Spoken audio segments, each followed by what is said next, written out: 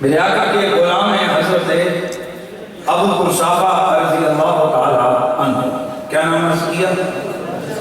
جناب حضرت ابو قرصافہ رضی اللہ تعالی عنہ، یہ میرے کریم نبی کے نوجوان صحابی ہیں، جوان صحابی میرے کریم آقا کے، لیکن آئیے ذرا ان کا ایمان لانے کا بڑا عجیب واقعہ ہے۔ ایک دن آپ بکریاں چرانے کے لیے تشریف لے جا رہے ہیں، اچانک بکریاں دوسرے راستے پہ چل پڑی، آپ ان کے پیچھے پیچھے تشریف لے آئے۔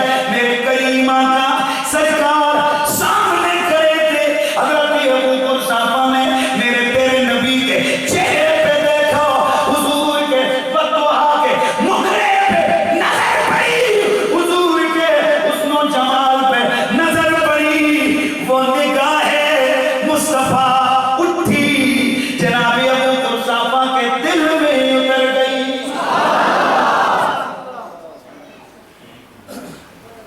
حضور سے محبت ہو گئی، اور آپ کو پتہ ہے کہ جس آدمی کی جس سے محبت ہو، وہ گھر میں ہو یا باہر ہو، محفل میں ہو، مجلس میں ہو، جہاں بھی ہو،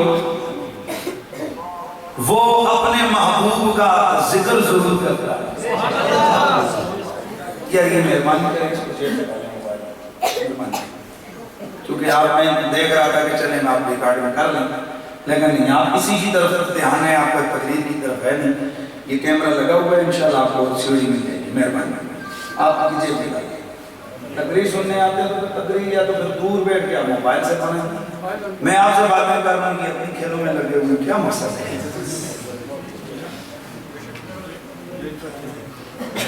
جناب حضرت ابو قرصافہ رضی اللہ تعالیٰ عنہ، میرے کریم نبی کے پیارے صحابی، میرے تیرے آقا کے پیارے غلاموں میں حضور کے چہرے منور پہ دیکھا، میرے تیرے نبی کے حسن و جمال، حسن لازوال کو دیکھ کر ان کے دل میں پیارے آقا کا پیار آ گیا۔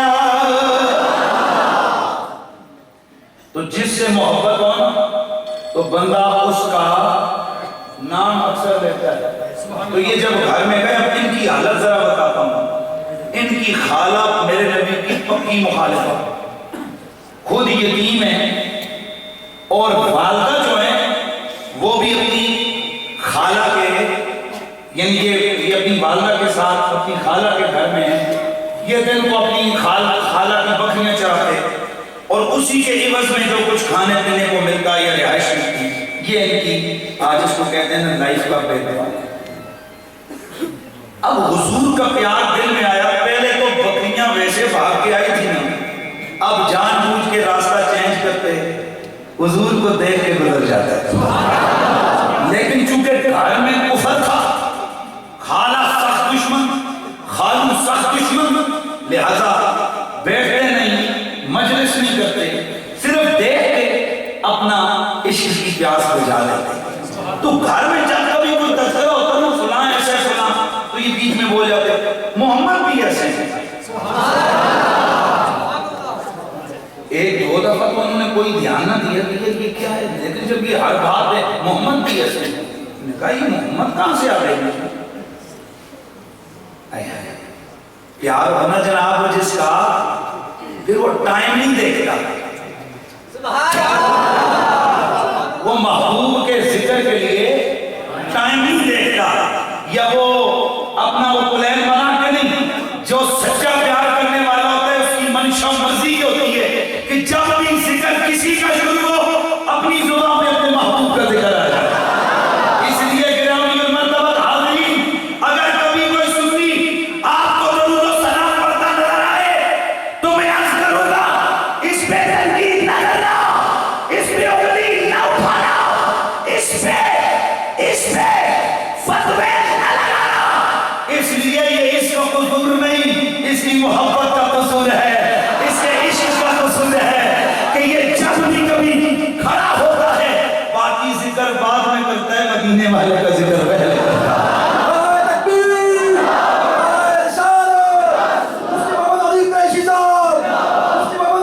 She's on!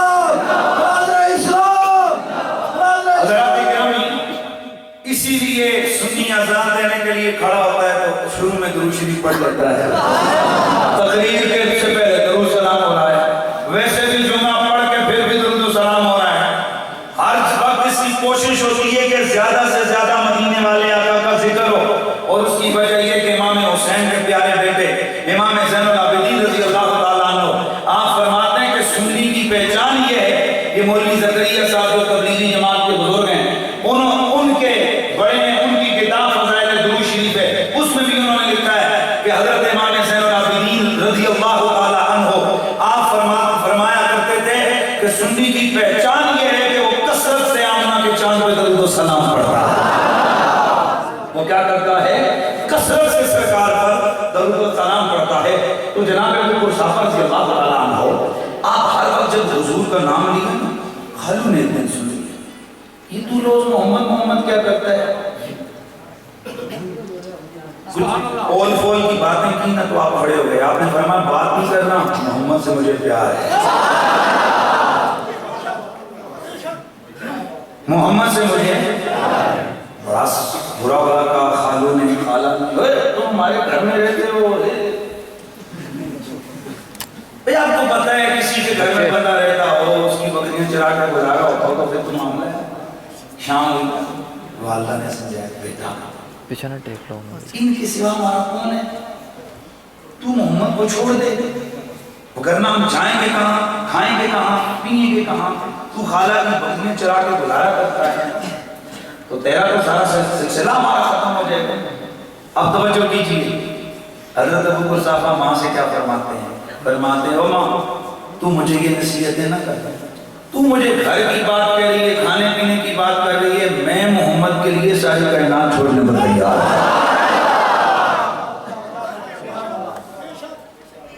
خالہ نے بڑا سمجھایا, ماں نے کہ چھوڑ دے چھوڑ دے, آپ کے ذہن میں ترکیب ہے, یہی میری محبت کی بات ہے, ذرا اس کو سمجھا. کس کے ذہن میں؟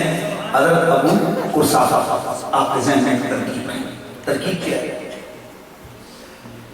خالہ سے کہنے لگے, او میری خالہ, او میری امی, بس میں محمد کو چھوڑ دوں گا, میں محمد کو چھوڑ دوں گا, تمہاری بات مان جاؤں گا, ایک میری شرط پوری کر دو. وہ کہنے لگی, ہاں بیٹا جلدی بول, تیری کیا شرط ہے؟ جناب حضرت ابو قحافہ نے فرمایا, او میری ماں,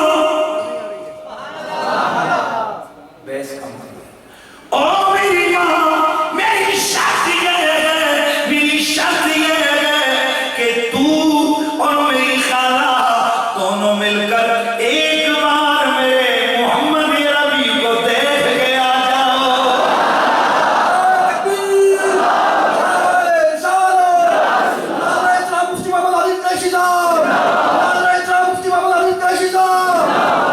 ایک بار آپ جا کے میرے محبوب سرکار کو دیکھ کے آیا, پھر جو تم کو ہوگی میں وہ کر دوں. یہ دونوں بڑی خوش ہوئی, کہا صرف اتنا, کہا جی صرف اتنا, بڑی خوش ہوئی. آپ کو کل ہی چلیں گے بھئی, تیری شرط ہے ان کی محفل میں بیٹھ کے ان کو دیکھ کے اٹھ کے آ جائیں, تو بس ٹھیک ہے, ہم جائیں گے ان کو دیکھ کے بیٹھ کے اٹھ کے آ جائیں گے. کہا ٹھیک ہے. ادھر ماں اور خالہ کو بیٹھا نا حضور کی طرف, ادھر اوپر دیکھ کے دعا کرنے لگے, اور ابا بڑی بہت بڑی شرط لگا بیٹھا ہوں, جس طرح تیرے یار کے چہرے پہ میری نظر پڑی تھی, وہ چہرہ میرے دل میں اترا تھا, اسی طرح حسن محمد کو ان کے دلوں میں اتارا. ماں اور خالہ دونوں میں سرکار کی محفل سے واپس آئیں, دعا کرتے رہے ان کو. جب سرکار واپس آئے نا, ان کی سرکار سے ان کی والدہ اور خالہ واپس آئیں نا, جا کے قریب پہنچے, دیکھا, چیک کیا, سمجھ گئے تیر نشانے پہ لگ گیا. کیوں؟